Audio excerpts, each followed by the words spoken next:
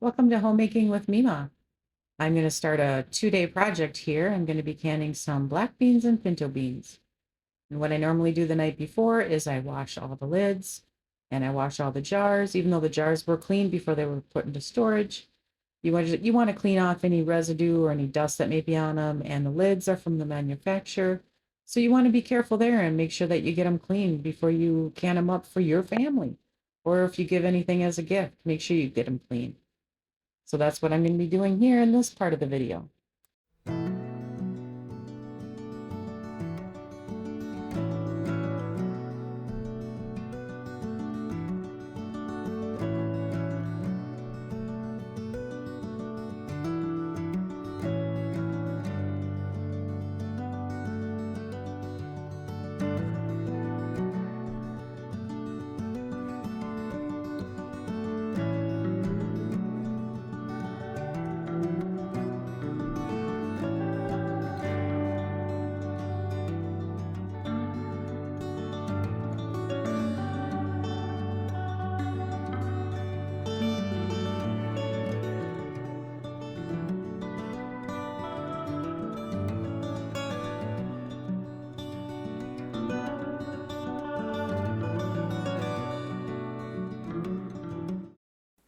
And here I'm giving my beans a really good wash after I sorted them. I look for pebbles and stones, and they're really dusty, so you have to give them a really good wash before you can them because you're going to be eating these.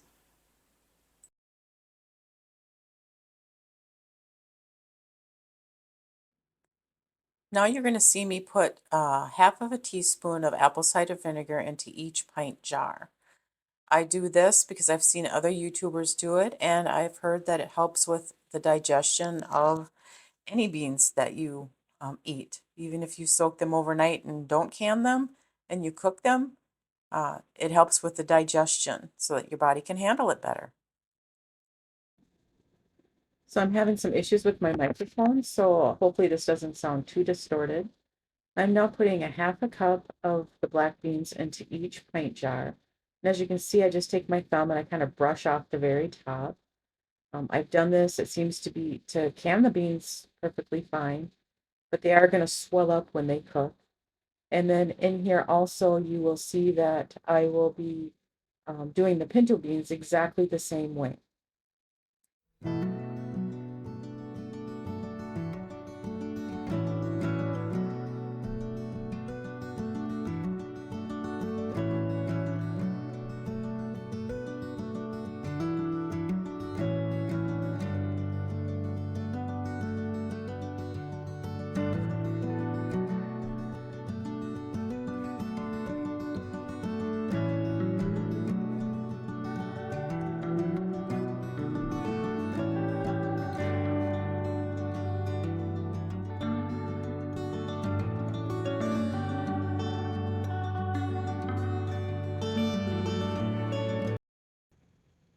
And now I'm just going to add water.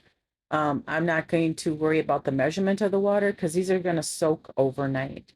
So I'm just adding the water to each one of the jars, and then they're going to soak overnight.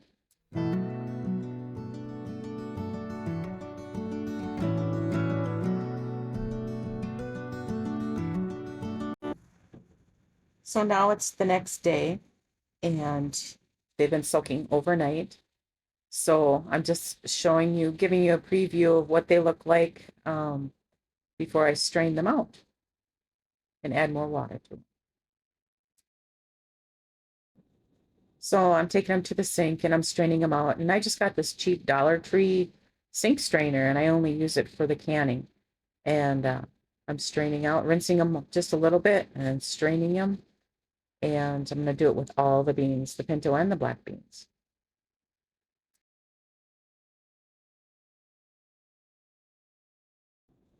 In this clip, I'm showing you my canner. I have an All-American 921 canner and I'm prepping the lid. There's no gaskets with this canner. It's metal on metal, so you have to prep the metal so that it doesn't get permanently stuck. So I'm just taking a little bit of Vaseline. The Vaseline I only use for this canner. And you're seeing that I'm wiping around the edges of the lid and I wiped around the edge of the canner itself where the two pieces of metal meet. And this is a lubrication so that it helps that your metal on metal doesn't permanently secure itself to each other during the heating process. Now I'm going to be showing you the lid. There's the pressure gauge right there. And then also there's the venting portion of it. And you always want to make sure that it's free of any debris at all. And you can see through it if you put your eye up to it. You can see through both ends. So you want to make sure there's nothing blocking that. Now I'm going to take you to the inside of my canner. I do have a little bit of water in there. Um, and so I'm using the stick that comes with some of your canning products, and I marked 3 inches on there. So that way then I know how far to bring that water level up to. It just makes it easier um, each time you can. And yeah, it is a permanent marker, but it isn't going to affect the process at all. It helps me know how far to get that water up to. Always follow your manufacturer um, information that comes with your canner. Always follow that. So now I'm going to get ready to get the beans ready to go into the canner, but I'm going to show you this here, the USDA Complete Guide to Home Canning. You can order it online, which my husband did for me through, I believe it was Amazon. But you can also find it online, and I will leave the uh, online so that you can view it online in the description below. So, but I looked it up and I knew exactly how long to cook these beans for. But now I'm going to show you for the beans. I'm only going to fill the water up to the 1 inch level, which is that lip right there on the canning jar. You can also use that tool that I had earlier for measuring, but that lip right there that my thumb is on is how far you want to put the water level. So you're going to see me putting the water into each of the jars. And then before you put your lids on and your ring, you want to use that green tool again that I used for measuring the water to put into my canner. You want to stir out any bubbles that are going to be inside of your jar because that can affect your canning. So you will see me eventually get that tool and stir each of the jars. And then here you can see me that I'm putting warm water into the lids just to kind of soften up the canning lids so that when I put them on, uh, they're going to be perfect and ready to go. Here I am using that thing to stir up the beans, getting the air bubbles out of there. You pretty much have to do that with anything that you put in there, except for maybe if it's all liquid. But any solids that you put in there, you need to stir out any air bubbles. So it's very important. Otherwise, it's going to affect your canning process, and you could have some seal breaks during the canning process. So, like I said, if you follow that USDA home canning guide, that will help you a lot. Now you're going to see me use vinegar to clean the top parts of the rims, get any residue that may be on there off so that my seals on my from my canning lids will take. And if you use vinegar, that will clean anything pretty much off of it. Then you're going to see me get a lid and I'm going to put it on to the jars. And then I'm going to screw the rings on. And I'm only going to use 3 fingers because you only want fingertip tight when you put these on. And I noticed that if you use just the 3 fingers, your thumb and the 2 next fingers to do that, that's about as tight as you want to get it. You don't want it too tight or it's going to affect uh, the seal of your jar. I am by far not a seasoned canner. I've only been canning for 4 years, but I want to come on here and just show you that you can do it. I was so afraid to do something like this, and 4 years ago I said, "That's it, I'm doing it." And have I had some failures? Yes, things that I didn't like, but uh, I just want to let you know that it's okay. Try, just give it a try, and I'm loving it. It's like a new hobby for me. It's something that I enjoy to do for myself and for my family. Now I'm just showing you that I've got them all in there. I have a rack. So I've got 7 down below, and then I have these on top. So I had to put that other rack in between the middle. And then you're going to be seeing me show you where I have to line up that part of my canner to the arrow on the lid so that I can get my lid on correctly. So I'm showing you that. And then I'm going to, I just brought the camera back a little bit so you can see the whole process a little better. So I'm matching them up, and then you're going to see me, I'll struggle a little bit, but not much. So then I take that green uh, canning device there, and I'm going to run it around, and that helps me if it's not sitting on there balanced correctly. I can just take that little green thing and I just kind of turn the metal lid at the section that I'm at, like you see me turning right there, just a smidgen. And that's all you really need is just a little smidgen to move it. So now with this canner, you have to bring the latches up or across from each other, and you don't screw them on tight. You don't see me screwing them on tight until a little later, but you bring them opposite sides up to each other, and you just get it on there, and then you're going to see me really crank down on them here coming up. I look back to see if it was looking okay still before I screwed them on tight. And as you can see, I'm screwing right across from each other. Now with other canners, you won't have this, but this is for the All-American. Then you're going to want to bring the canner up to temperature, and you're going to want to vent it. That little spout that I had showed you earlier to peek through, we're going to, you're going to see steam come out of that. And that's going to be in this next clip. As you can see, it's starting to do some steaming here. It's not quite a steady stream, but it is so very close. So now that it's at a steady stream, we have to let it vent for 10 minutes. I had my timer set. So it is on a countdown now. And then after the 10 minutes, then we're going to be putting the weight on. This is the weight that comes with the American canner. And you can see that it has a 10, a 15, and then there's a 5 there. In my area, I have to can it 10 pounds of pressure. So I'll be putting the weight on the 10. Okay, so my timer has gone off for the venting for 10 minutes. So then I'm going to come over here. I'm going to place my weight, and it's very hot around here, so I always put on a mitt on the number 10, and I'm going to set it right on here. And then what I have to do is I have to wait for my gauge to get up to 240, and then that will start jiggling. And then once that starts to jiggle and I have it at 240, I want to keep it at 240 the whole time while it's processing. I'm going to turn down the temperature of the stove just a little bit.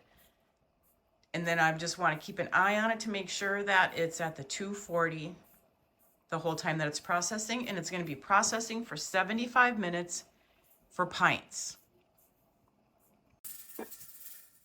Now that I've got it at a steady jiggle and it's steady at 240, and I have turned my temperature down some for pints, I'm going to can it for 75 minutes. As you can see, it is a little bit noisy in here. The canner is still canning. I just wanted to give some suggestions here.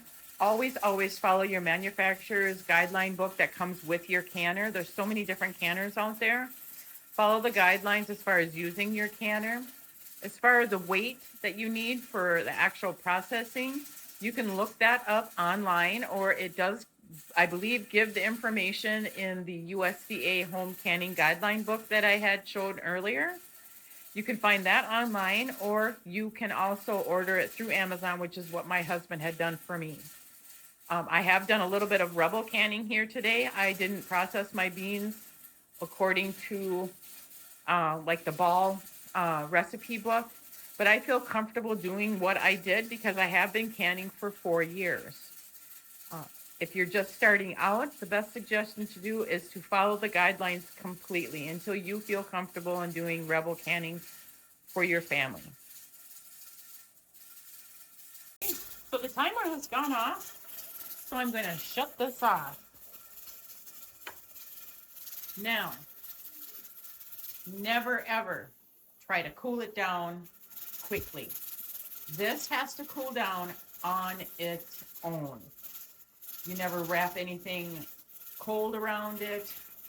You never run it underneath water. You couldn't even be, this canner you wouldn't even be able to put into the sink and try to run cold water on it.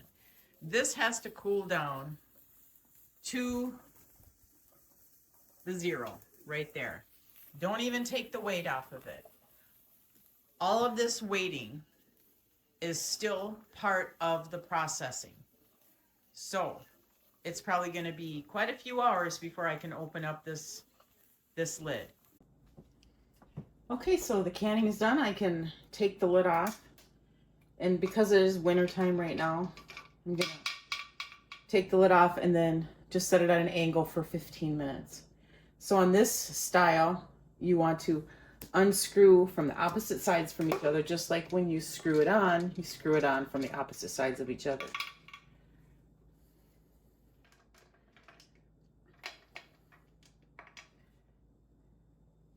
And sometimes it gives a little, it likes to stick. So I get this out, that helps with your knives, and I just do a little push with it. Then I've seen it move.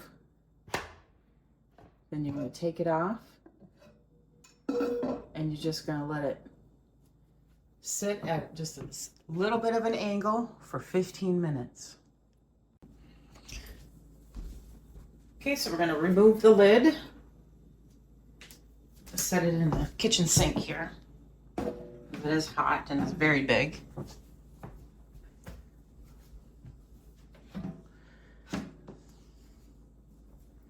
And I just grab a rag here. And I grab each one.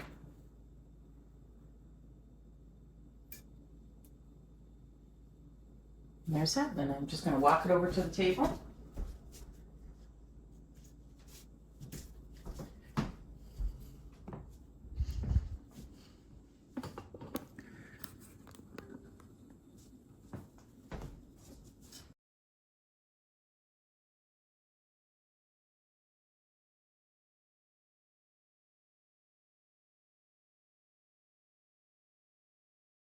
So here they are out of the canner. I did have some seepage, which will happen. Not all the time, but it will happen if there's any kind of a liquid in there and the processing point. So we'll just clean up the jars and we'll check them all tomorrow. They have to sit at least overnight. So we're gonna let them sit overnight, and then I will remove the rings and we'll check the jars to see if they all sealed, and I'll show you that process when that time comes.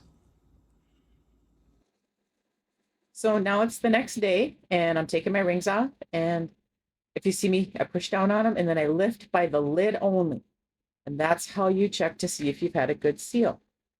So you just take the rings off, you press down in the center, there's no movement, and then you lift it up by the ring or by the lid only. And if it's attached well, then you've got a great seal.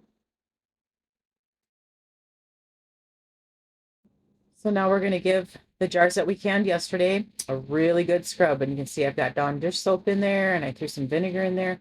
Vinegar helps clean the jars really well. And I'm going to use a little spongy sponge on them just to scrub off any residue from the canning process and any residue from a little bit of seepage that I have there, as you can see on some of them. But yep, here you're going to see me get them all scrubbed up.